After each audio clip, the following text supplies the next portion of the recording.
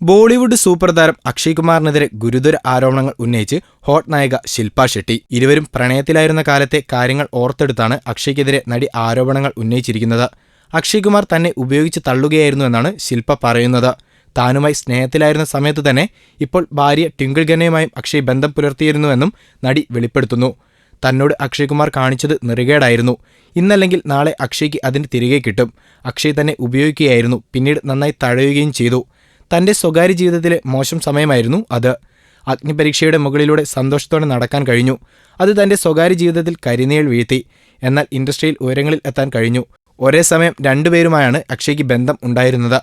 താനുമായി സ്നേഹത്തിലായിരുന്ന സമയത്ത് തന്നെ ട്വിങ്കിളുമായും ബന്ധം ഉണ്ടായിരുന്നു. ട്വിങ്കിളിനോട് തനിക്ക് പരിഭവമൊന്നുമില്ല. അക്ഷയ് മാത്രമാണ് തന്നെ ചതിച്ചത്.